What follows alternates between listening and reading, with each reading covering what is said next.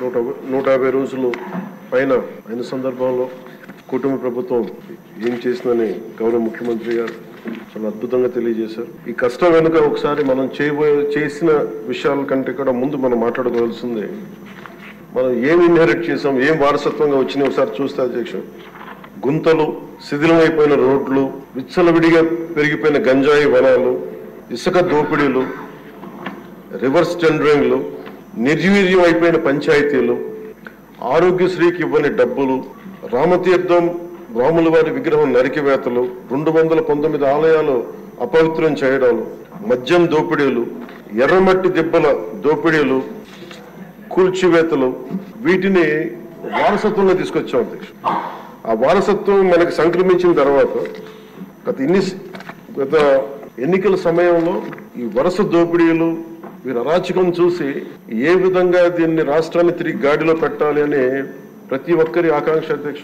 ఆ సమయంలో 3 సార్లు ముఖ్యమంత్రిగా చేసి ఈ రోజున భారతదేశంలో తెలుగువారు, భారతీయులు ఎక్కడున్నా సరే దాంట్లో దాదాపు సగం వంతు తెలుగువారే ఉండటానికి ముఖ్య కారకులు.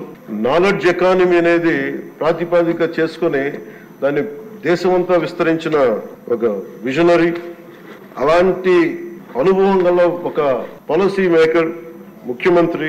ఆయన్ని కూడా ఇబ్బందులు పెట్టి ఆ రోజు జైల్లో పెట్టిన, ఆయన్ని ఎన్ని రకాలుగా పెట్టినా ఒకటే అనుకున్నాం, ఇలాంటి వారసత్వంగా వచ్చిన సమస్యలను మనం ఎలా అధిగమించగలం అని.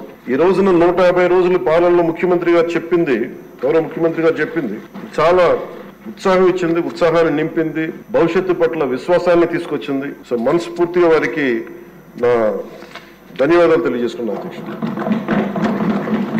నాకు సంపూర్ణమైన విశ్వాసం ఉంది అధ్యక్ష. ఇది మొన్న మహారాష్ట్రకి వెళ్తే నేను ఆ మాట చెప్తున్నప్పుడు ప్రతిసారి మన రాష్ట్రం మీద చాలా బాధ అనిపించింది. మహారాష్ట్ర $1 ట్రిలియన్ ఎకానమీ అవ్వాలని మనస్ఫూర్తిగా కోరుకుంటున్నానని. నా మనసులో ఇబ్బంది పడింది ఏంటంటే మన రాష్ట్రానికి ఎందుకు అది బలంగా చెప్పలేకపోయాం అనేది. కాకపోతే మనకు వారసత్వం వచ్చిన సమస్యలు కాబట్టి ఆ రోజున చెప్పలేకపోయాను. ఈ రోజు నాకు 150 రోజుల గౌరవ ముఖ్యమంత్రి గారి అనుభవంతో కూడిన ఈ పాలనలో నాకు సంపూర్ణమైన విశ్వాసం ఉంది అధ్యక్ష. ఆంధ్రప్రదేశ్ $1 ట్రిలియన్ ఎకానమీగా అతి త్వరలోనే ఈ 5 సంవత్సరాలు వెళ్తుందని మనసు సంపూర్ణ విశ్వాసం ఉంది. $1 ట్రిలియన్ మన ప్రజలకు అర్థం అవడానికి 7,65,000 కోట్ల ఎకానమీ. గత ప్రభుత్వం మనల్ని ఎకానమీని నిర్వీర్యం చేసింది, ఇబ్బంది పాలు చేసింది, అన్ని రంగాల్లోనూ రాష్ట్ర ప్రభుత్వాన్ని వెనక్కి తీసుకెళ్లిపోయింది.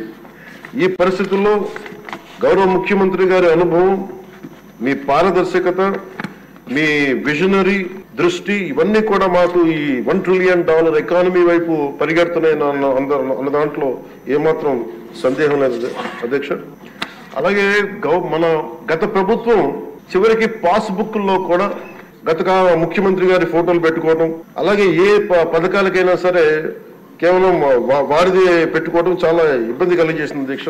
ముఖ్యంగా ముఖ్యమంత్రి గారు వచ్చి, గౌరవ ముఖ్యమంత్రి గారు వచ్చి ఎప్పుడు కూడా ఎవరికి కూడా గుర్తింపు లేనివి, ఆలోచించనివి కూడా వాళ్ళని ముందుకు తీసుకొచ్చి వాళ్ళకి ముఖ్యంగా నేను చెప్తుంది, మొన్న చాలాసార్లు కొన్ని సందర్భాల్లో ముఖ్యమంత్రి గారి దృష్టికి తీసుకెళ్తే ఎల్లాప్రగడ సుబ్బారావు గారి గురించి ఎవరికి తెలియదు అధ్యక్ష, చాలా తక్కువ మందికి తెలుసు. వారి పేరుని నేను ఒక మాట ప్రస్తావించగానే ఆయన దృష్టికి తీసుకురాగానే ఆయనకి పేరు పెట్టడం ఆయన దార్శనికతకి చాలా అర్థం పడుతుంది అధ్యక్ష. ఎందుకంటే ఎవరెవరి పేర్లు నిన్న కాక మొన్న వచ్చిన వ్యక్తి పాస్బుక్లకి పేర్లు ఆయన ఫోటోలు వేసుకున్న దాన్ని నిజంగా దేశం కోసం, ప్రజల కోసం కాంట్రిబ్యూట్ చేసిన వ్యక్తికి అది గుర్తించడం అనేది మనస్ఫూర్తిగా ముఖ్యమంత్రి గారికి నా ధన్యవాదాలు తెలియజేసుకున్నాను అధ్యక్ష. అలాగే సభలో ఎంతమందికి తెలుసో తెలియదు కానీ పొట్టి శ్రీరాములు గారి నిజమైన బలిదానాన్ని డిసెంబర్లో ఆయన బలిదానం ఉంటుంది, ఆయన చనిపోయారు మన కోసం.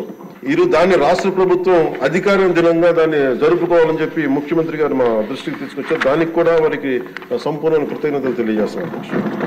ఈ రాష్ట్రం ఎవరి బలిదానం మీద అయితే ఆధారపడి ఉందో, ఎవరి బలిదానం మీద ఈ రాష్ట్రం వచ్చిందో, అనేక లింగ్విస్టిక్ స్టేట్స్ ఎవరు బలిదానం మీద ఆధారపడి వచ్చిందో ఆ వ్యక్తిని రాష్ట్రం నిజంగా గుర్తించుకోలేదు. మొట్టమొదటిసారిగా దాన్ని గౌరవ ముఖ్యమంత్రి గారు దాన్ని ముందుకు తీసుకొచ్చి గుర్తించే పరిస్థితిని తీసుకురావడం మనస్ఫూర్తిగా వారికి నా అభినందనలు తెలియజేస్తున్నాను అధ్యక్ష. అలాగే కన్యకా పరమేశ్వరి ఈ ఆవిడ బలిదినాన్ని కూడా అధికార దినోత్సవంగా జరుపుకోవటం నిజంగా వారికి మనస్ఫూర్తిగా నా ధన్యవాదాలు తెలియజేస్తాను అధ్యక్ష. గత కాలంలో ఫస్ట్ కి సార్ నేను ఒక ప్రభుత్వ ఉద్యోగ కొడుకుని అధ్యక్ష. మొదటి మాకు ఏదైనా సరే నెల మొదటి రోజున ఉద్యోగాలు మనకి జీతాలు వస్తాయి అనేది మాకు చిన్నప్పటి నుంచి అలవాటు. అలాంటిది గత ప్రభుత్వ కాలంలో ఏనాడు 1వ తారీఖున జీతాలు పడలేదు, 1వ తారీఖున ఏవి పడలేదు. అలాంటిది 1వ తారీఖున ప్రభుత్వ ఉద్యోగులందరికీ టంచ్